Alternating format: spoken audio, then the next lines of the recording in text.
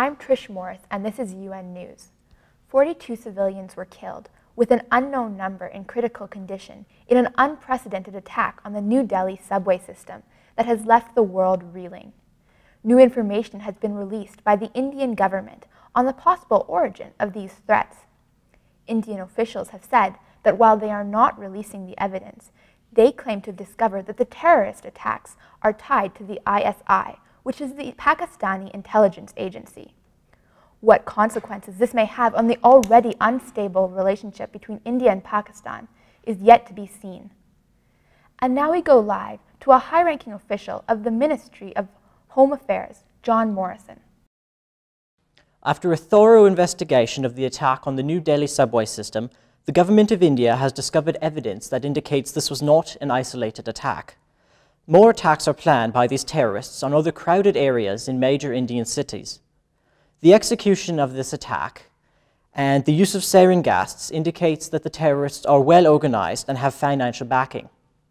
The investigation conducted by Indian officials has discovered strong links to the ISI in Pakistan and furthermore links into the Kashmir region. Any measures necessary to protect Indian civilians from further harm will be taken by the Indian government. Our analysts have brought to us a historical background primer on the conflict. In 1947, Britain prepared to end nearly a century of rule over the Indian subcontinent and its 390 million people. Hindus were concentrated in central and southern India, Muslims in Bengal and the northwest. A British commission divided the territory into majority Muslim Pakistan and majority Hindu India. In the chaos that followed partition, 15 million people fled across the new borders and 500,000 died in rioting. 4 border regions saw the worst of it: Sindh, Bengal, Punjab, and Jammu and Kashmir. Among India's 565 princely states, only Jammu and Kashmir had a Hindu Maharaja ruling over a majority Muslim population. India claimed the Maharaja decided to join India. Pakistan disputed this. In October, Pashtuns from Pakistan's northwest frontier province invaded Kashmir with the support of Pakistan's government. In October of 1947, the Maharaja left Srinagar. Indian troops were airlifted in, but were ill-prepared for the cold and altitude. Pakistan responded with its own campaign, and India approached the United Nations to broker a ceasefire, which went into effect on January 1, 1949, establishing a line of control, but no final border. In 1962, China attacked India in the Aksai Chin region of Kashmir, easily defeating India's poorly equipped Himalayan troops. China retains control of the Aksai Chin today.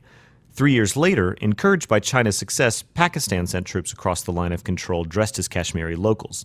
The fighting proved brief and inconclusive. On September 22nd, both sides agreed to a UN-backed ceasefire. Another brief war broke out over East Pakistan in 1971, this one conclusive. East Pakistan seceded, 10 million refugees streamed into West Bengal, and with India's help, Bangladesh was born. In 1999, after both India and Pakistan had successfully tested nuclear weapons, full-scale war was barely avoided when Pakistan tried to seize the Kargil region of Indian-controlled Kashmir. At one time, an average of 1 Pakistani soldier every 4 days and 1 Indian soldier every other day died at the Siachen Glacier, and the terrorist attacks in Mumbai in November 2008 were reportedly planned by senior members of Lashkar-e-Toiba, which Pakistan created to fight Indian domination of Kashmir, and which India accuses of terrorist atrocities all over India. The conflict simmers. In 2007, 777 people were killed in violence in Jammu and Kashmir, bringing the 2-decade total above 47,000 by India's official count. According to some Kashmiris, the total is twice that number. Now we go live to a press conference at UN headquarters with Frank Maurice. The United Nations strongly and absolutely condemns the recent attack perpetrated by terrorists against civilians in New Delhi, India. We are also deeply disconcerted by the recent allegations that said terrorists may have ties to Pakistan's Inter-Services Intelligence Agency. However, given the tenuous and unpredictable nature of the Kashmir situation, we must explicitly urge that both Pakistan and India refrain from violence of any sort. We cannot stress enough that diplomacy is the first and truly only solution to ending this growing crisis. There is widespread terror across India as the possibility of new terrorist attacks has been revealed.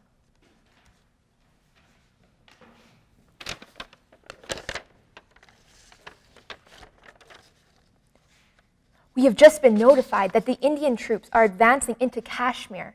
in an effort to prevent further terrorist attacks that have been linked to the Pakistani government.